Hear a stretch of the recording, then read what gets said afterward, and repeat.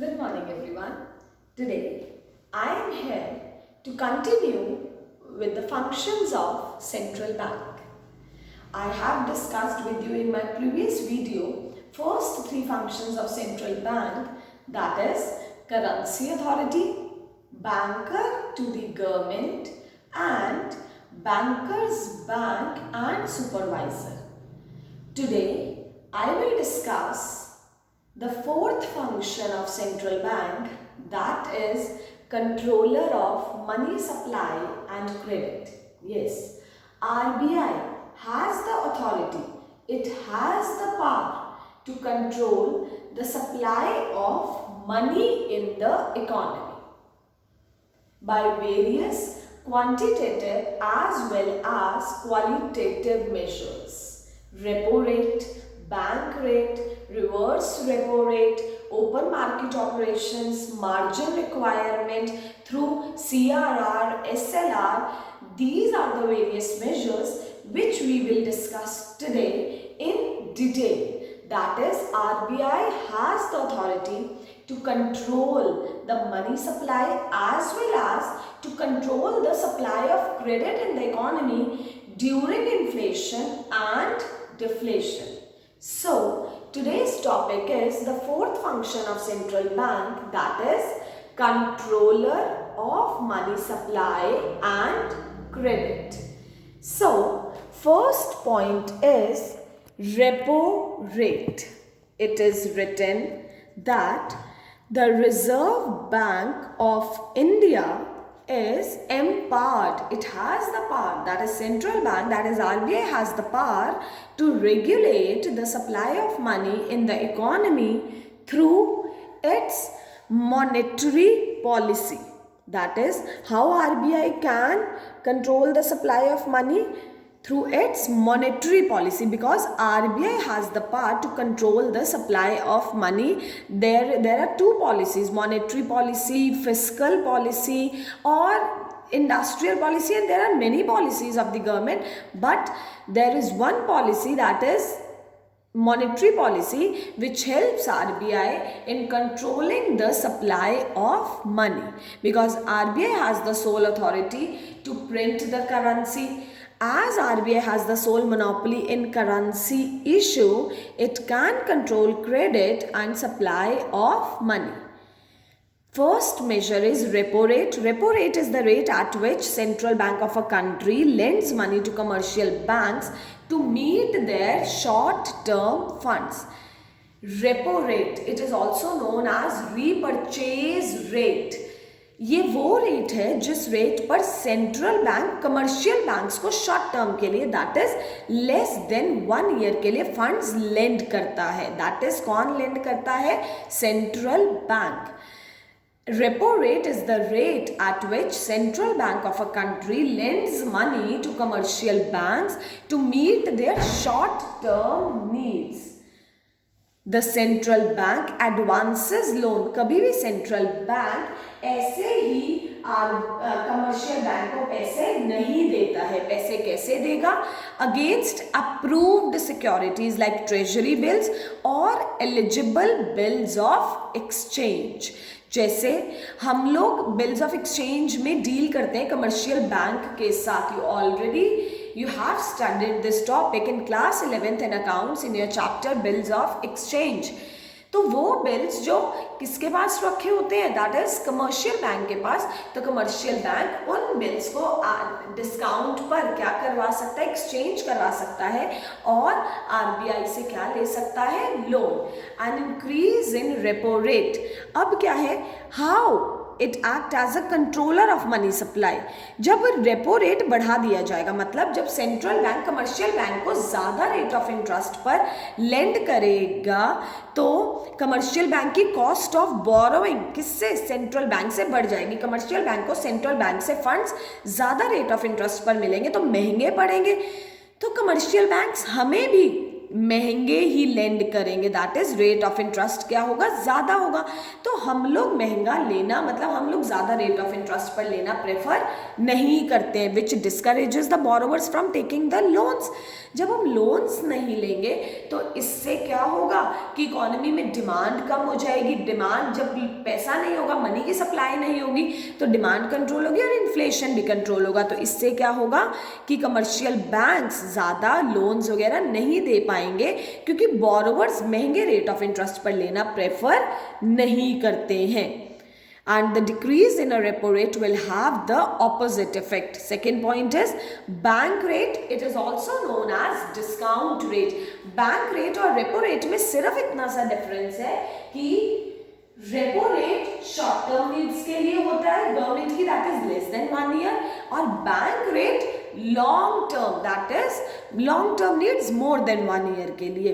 Bank rate is the rate at which the central bank of a country lends money to commercial banks to meet their long term needs.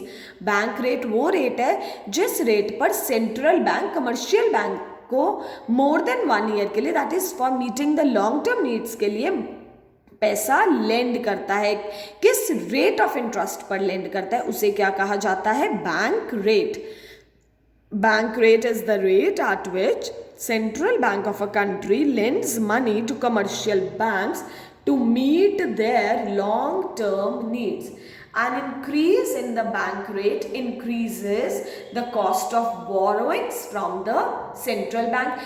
अगर central bank ने bank rate बढ़ा दिया, अगर central bank government को ही commercial banks को ही ज़्यादा rate of interest पर लेंड करेगा तो उससे कमर्शियल बैंक की कॉस्ट ऑफ बोरोइंग बढ़ जाएगी। अगर सेंट्रल बैंक कमर्शियल बैंक्स को ज़्यादा रेट ऑफ इंटरेस्ट पर लेंड करेगा तो उनकी कॉस्ट ऑफ बोरोइंग बढ़ जाएगी, which leads to increase in lending rate. अगर कमर्शियल बैंक को सेंट्रल बैंक से महंगा मिलेगा तो कमर्शियल बैंक हमारे साथ, जनरल पब्लिक के साथ डील करते हैं, because general public can never deal directly with the RBI. अगर सेंट्रल बैंक कमर्शियल बैंक को महंगा देगा तो कमर्शियल बैंक की कॉस्ट ऑफ बोरोइंग बढ़ जाएगी। तो जब कॉस्ट उनकी ज़्यादा है तो हमें लेंड भी महंगा करेंगे और हम मतलब जनरल पब्लिक महंगा rate of interest, because interest payment is the expenditure which is not taking leading us to the growth, that is it is the expenditure that is only above the loan amount. So an increase in the bank rate increases the cost of borrowing from the central bank. जब central bank commercial bank को महंगा देगा, commercial bank हमें महंगा land करेंगे, हम महंगा लेना प्रेफर नहीं करेंगे, जिससे the ability that is which reduces the ability of the commercial bank to create credit. तो आरबीआई जब रेपो रेट और बैंक रेट बढ़ा देता है तो मनी की सप्लाई को कंट्रोल किया जा सकता है, और जब कम कर देता है तो मनी की सप्लाई और क्रेडिट को बढ़ाया जा सकता है। Third point is reverse repo rate. This is exact opposite of the repo rate. When commercial banks have surplus funds, they can deposit the same with the central bank and earn interest. जब commercial banks के पास extra surplus कुछ funds रखे हैं as such, तो वो क्या करता है कि वो उन फंड्स को कहाँ डिपॉजिट कर सकता है, सेंट्रल बैंक के पास। क्यों करता है कमर्शियल बैंक ऐसा? क्योंकि एक तो कमर्शियल बैंक बहुत सेफ फील करता है जब उसका फंड्स, उनके फंड्स कहाँ पड़े होते हैं, दैट इज योर आरबीआई के पास। लिखा है this is exact opposite, this is exact opposite of repo rate. When the commercial banks have surplus funds, they can deposit the same with the central bank and earn interest. अब इसमें RBI कैसे control कर रहा है? RBI commercial banks को encourage करता है कि वो अपने सरप्लस फंड्स को डिपॉजिट करें, क्योंकि आरबीआई उन्हें अच्छा rate of interest, that is RBI commercial banks को अच्छा रेट ऑफ इंटरेस्ट ऑफर करता है, जिससे कमर्शियल बैंक्स अपने फंड्स को आरबीआई में लगाएं और कमर्शियल बैंक ज़्यादा क्रेडिट क्रिएट ना कर पाए अगर इकोनॉमी में बहुत ज़्यादा मनी की सप्लाई है। तो अगर आरबीआई मनी की सप्लाई को कंट्रोल करना चाहता है तो आरबीआई कमर्शियल बैंक्स को एनकरेज करेगा कि वो अपने सरप्लस फंड्स को आरबीआई के पास डिपॉजिट करे और आरबीआई उन्हें बहुत अच्छा इंटरेस्ट रेट ऑफर करता है। See the point, when the commercial banks have surplus funds, they can deposit the same with the central bank and earn interest. The rate of interest paid by the central bank on such deposits is called reverse repo rate. जो rate of interest central bank उन deposits पर commercial bank को pay करेगा, that is reverse repo rate. Repo rate हमने पढ़ा था जिस rate पर सेंट्रल बैंक कमर्शियल बैंक को लोन देता है, और इसमें क्या है, कमर्शियल बैंक जिस रेट पर सेंट्रल बैंक के पास फंड्स डिपॉजिट कर रहे हैं, it is the rate of interest at which central bank accept the deposit from the central bank, in which central bank accept the deposit from the commercial bank. Here it will be commercial bank. Fall in reverse repo rate, जब reverse repo rate कम कर दिया जाएगा, इसका मतलब क्या हुआ कि जब सेंट्रल बैंक रेट कम दे रही है दैट इज योर डिपॉजिट पर, तो less funds are parked by the commercial banks with the RBI. तो कमर्शियल बैंक सेंट्रल बैंक के पास कम फंड्स ही देंगे क्योंकि उन्हें अच्छा रेट ऑफ इंटरेस्ट नहीं मिलेगा। मोर फंड्स तो ज़्यादा क्या देगा कमर्शियल बैंक, क्रेडिट दे पाएगा, तो जिससे मनी की सप्लाई बढ़ जाएगी और इकोनॉमी में क्या हो जाएगा, डिफ्लेशन कंट्रोल हो जाएगा। इन्फ्लेशन होता है जब इकोनॉमी में डिमांड बहुत ज़्यादा होती है, दैट इज महंगाई। तो जब डिमांड ज़्यादा होती है तो महंगाई बढ़ती है, और डिफ्लेशन होता है जब इकोनॉमी में डिमांड कम है।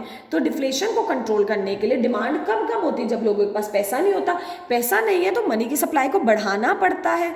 तो बैंक क्या करेगा, सेंट्रल बैंक क्या करता है, दैट इज जब डिफ्लेशन है तो सेंट्रल बैंक रेपो रेट भी कम कर देता है, बैंक रेट भी कम कर देता है, और साथ ही साथ रिवर्स रेपो रेट भी कम कर देता है ताकि ज़्यादा फंड्स क्रेडिट के लिए यूज हो सकें।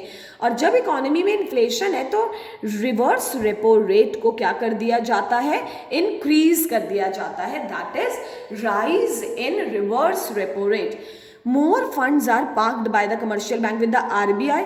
जब आरबीआई को मनी की सप्लाई को कंट्रोल करना है तो वो रिवर्स रेपो रेट बढ़ा देती है। सेंट्रल बैंक फिर कमर्शियल बैंक को एक लालच देती है कि हम तुम्हें बहुत अच्छा इंटरेस्ट ऑफर करेंगे अगर तुम अपने सरप्लस फंड्स को हमारे पास डिपॉजिट करोगे। तो क्या सरप्लस फंड्स क्या होते हैं, रिजर्व वगैरह मेंटेन करने के बाद जो फंड्स बचते हैं तो सेंट्रल बैंक उन्हें लालच देता है कमर्शियल बैंक्स को कि आप अपने फंड्स आरबीआई के पास डिपॉजिट करो तो उन्हें बहुत अच्छा इंटरेस्ट मिलेगा। तो फिर कमर्शियल बैंक ज़्यादा क्रेडिट नहीं दे पाएगा, मनी की सप्लाई कंट्रोल हो जाएगी, और क्या कंट्रोल हो जाएगा, inflation. Fourth point under the head controller of money supply and credit is open market operations. Open market operations, that is OMO, refers to buying and selling of government securities. किस चीज को bye और sell करना, government securities, that is buy the central bank from और to the public and commercial bank. अब क्या है इसमें, हमारे पास एक लाइन है, RBI is authorised to sell और purchase treasury bills and government securities. क्या है इसमें, जब भी गवर्नमेंट को फंड्स की जरूरत होती है, जब भी गवर्नमेंट को फंड्स की ज़रूरत होती है तो गवर्नमेंट किसके पास जाती है, आरबीआई के पास। और गवर्नमेंट अपने बिल्स किसके पास रखती है, बिल्स क्या है, ट्रेजरी बिल्स। ट्रेजरी बिल्स जो हैं ये मनी मार्केट इंस्ट्रूमेंट है issued by RBI on behalf of the government. ये एक तरह की मनी मार्केट इंस्ट्रूमेंट है जो इशू किस पे किया जाता है, डिस्काउंट पर इशू किया जाता है। जैसे कि हमने बिल्स ऑफ एक्सचेंज पढ़ा, उसी तरह के ट्रेजरी बिल्स होते हैं। जैसे कि हमने क्या पढ़ा है, बिल्स ऑफ एक्सचेंज।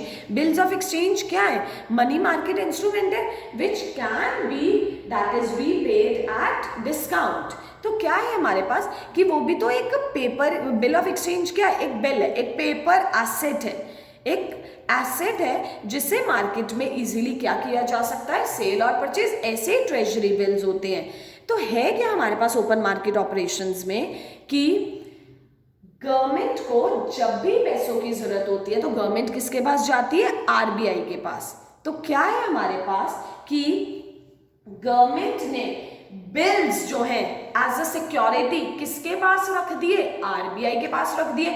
और गवर्नमेंट ने क्या ले लिया, उनसे फंड्स ले लिए, क्योंकि गवर्नमेंट को कुछ सिक्योरिटी कहाँ रखनी पड़ती है, आरबीआई के पास, जब गवर्नमेंट फंड्स मांगती है। तो अब गवर्नमेंट ने तो फंड्स ले लिए, गवर्नमेंट तो निकल गई बाहर, अब आरबीआई के पास वो बिल्स रखे हुए हैं। RBI is authorised to sell और purchase the treasury bills and government securities. RBI के पास पूरी अथॉरिटी है उन बिल्स को मार्केट में सेल और परचेज करने की।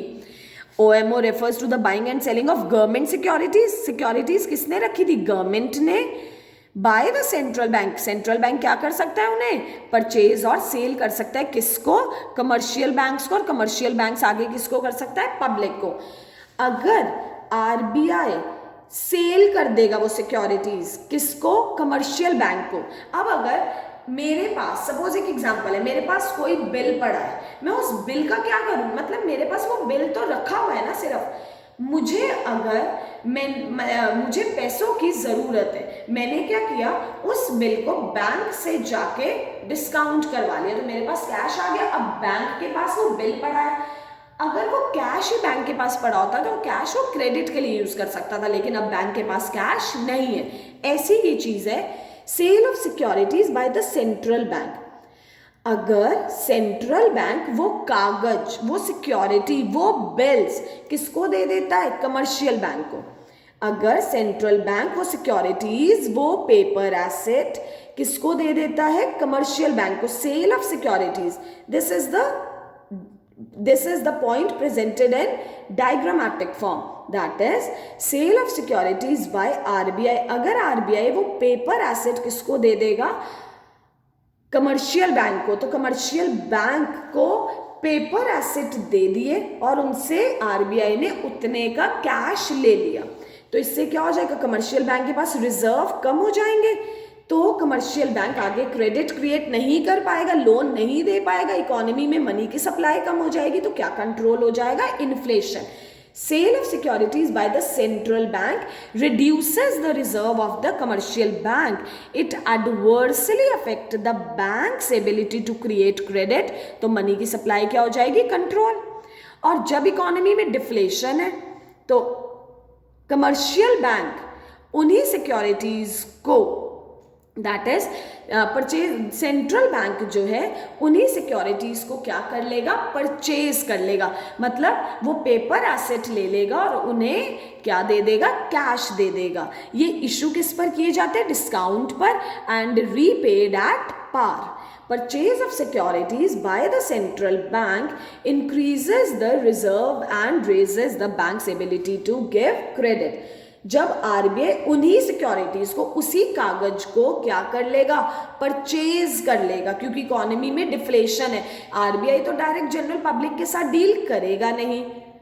तो क्या होगा हमारे पास कि आरबीआई कमर्शियल बैंक से वो पेपर एसेट ले लेगा और उन्हें कैश दे देगा। तो उससे क्या होगा, कमर्शियल बैंक के पास फंड्स आ जाएंगे और कमर्शियल बैंक्स आगे क्या कर पाएंगे, credit create, rise in credit creation capacity of the commercial bank, rise in money supply, और उससे क्या कंट्रोल हो जाएगा, deflation. So this was the point, that is open market operation. Next point is legal reserve ratio or variable reserve ratio method. This point we will discuss in our next video lecture. Till then, you go through the 4 points that we have studied, that is repo rate, that is your next is your bank rate, reverse repo rate and open market operations. Functions of central bank is the most important topic for your board exam. So please go through these points thoroughly. Thank you. Stay safe and be happy.